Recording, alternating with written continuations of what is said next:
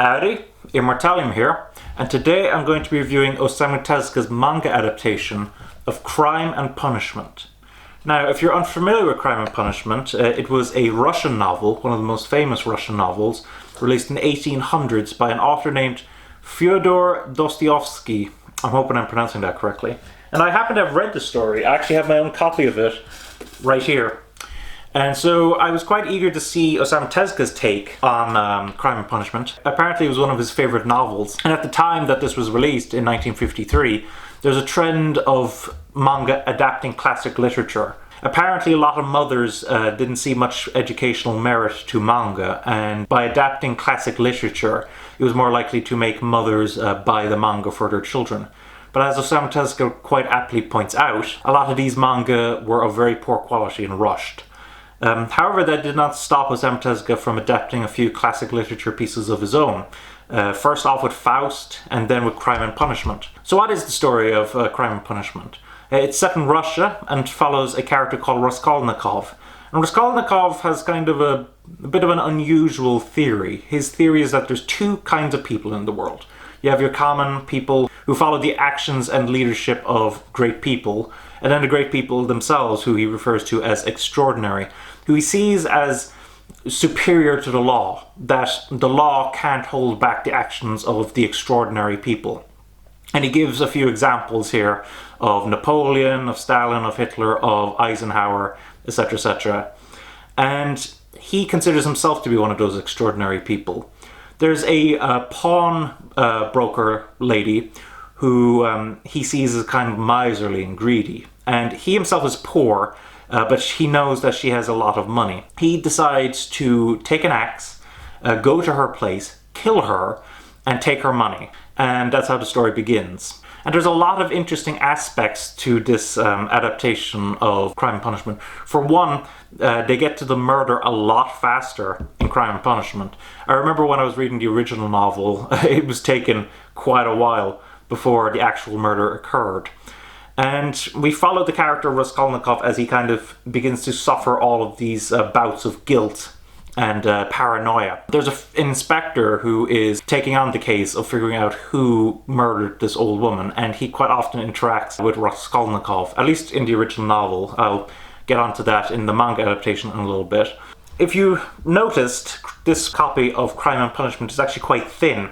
And in many ways, it's quite a truncated version of the original novel. To be fair to Osamu Tezuka, he actually ended up incorporating a lot of the storylines that were present in the original novel surprisingly well, given the very low page count of this. The only criticism I can leverage against him with regards to the storylines is the fact that the inspector, who is quite a big character in the original novel and a character you would expect to be quite major in this manga adaptation, actually appears rather infrequently. In contrast, a lot of the other storylines from the original novel are preserved, and they're pretty well handled here, to be fair, considering, as I said before, the low page count. However, there are quite a few flaws with this adaptation of Crime and Punishment. To start with, there's quite a bit of ambiguity of when this is exactly set. The original novel was set in the, as I mentioned, in the late 1800s. In contrast, this is set before the revolution in Russia.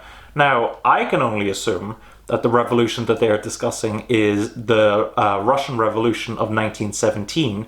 However, as I mentioned before, some of the people that he brings up as examples, Napoleon, perfectly fine for an extraordinary person. But he also brings up Hitler, Stalin, and Eisenhower, and as you might be aware, like, no one would have known who they were before World War II, let alone 1917.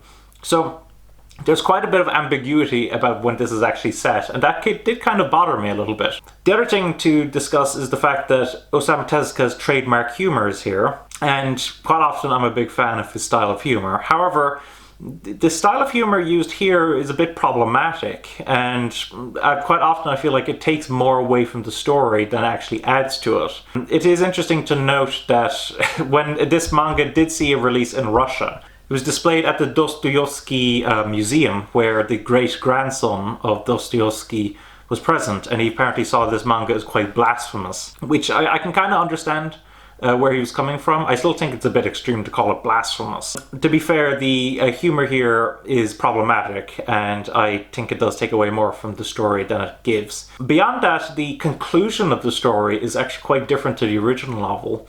In the original novel, it has a very definitive end to the story, whereas in Crime and Punishment it's actually quite open-ended, surprisingly so. And even though I thought it was actually kind of well done in this adaptation, I can see a lot of people being quite bothered by the open-endedness of this in contrast to the original. Now, with regards to the art, as I mentioned before, this was made in 1953, and it has Osamu Tezuka's kind of trademark cartoony style at the time.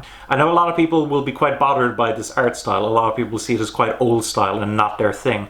But I have to say that I really love this art style from Osamu Tezuka. Another thing that I want to point out is the panel work. Quite often in this manga, there's a lot of very typical panel work you would see at the time, just very simplistic panel work.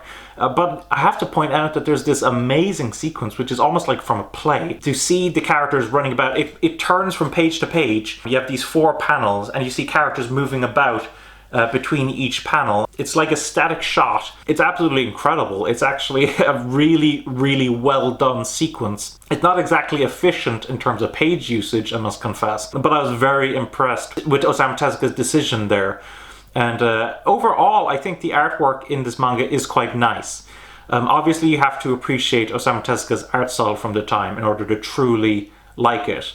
But I have to say that I do quite like it myself. This manga was released by a company called Digital Manga Publishing, and originally it was released digitally before it saw a print release from their Kickstarter campaigns. There's quite a bit to discuss with regards to the release of this print, as well as how to get it. With regards to the release of this print edition, paper quality is quite nice, in contrast to a lot of their Kickstarter manga previous to this. However, one thing that did quite bother me is the lack of page numbers, which was a problem that they eventually rectified, but at the time, I did find this quite bothersome. Beyond that, the trim size is quite nice, as you can see, compared to a standard tankōbon by my trusty Yotsuba. There's some very nice pieces left in this edition. We have a bit of artwork of that Osamu Tezuka did of Dostoevsky, as well as the Russian title for Crime and Punishment. Another problem I have with the release of this manga from Digital Manga Publishing is that they state on the back that it's a seinen title. I strongly disagree with that. Seinen manga, at the earliest, is stated to have started in 1956. And considering this manga was released in 1953, there's no way that this manga would count as a seinen. So I strongly disagree with Digital Manga Publishing's assertion that this manga is a seinen. So overall, the print release, it's pretty decent. Could it have been improved? Definitely. But it's still a pretty decent release.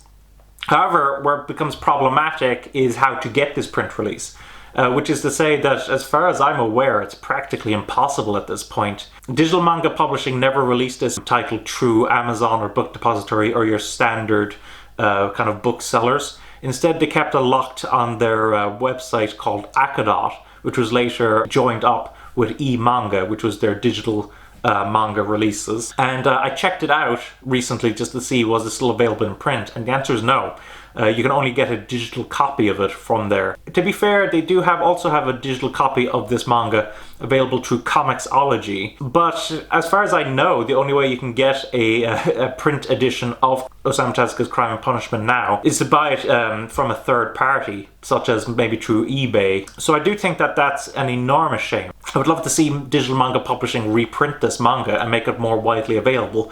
But considering all of the troubles that Digital Manga Publishing is going through right now, I do think that is quite unlikely. So your only chance of being able to read this manga, besides third-party sellers, is to get a digital copy of it, either from emanga.com or through Comixology. So overall, what are my thoughts on Crime and Punishment, the manga adaptation by Osamu Tezuka? I have to admire its ambition for the time, but unfortunately I don't think it holds up quite well, particularly compared to many of his other works. Now, it's still a very interesting read, and I did end up enjoying it for what it was, but it's certainly not one of Osamu Tezuka's best works. If you're going to be picking up Osamu Tezuka titles, that this is probably not a title you should be prioritizing, unless you have a particularly big interest in the original Crime and Punishment and want to see Osamu Tezuka's take on it. So that's my review of Crime and Punishment. Hopefully you enjoyed it. Thanks for watching. Don't forget to comment, rate, subscribe, and bye-bye.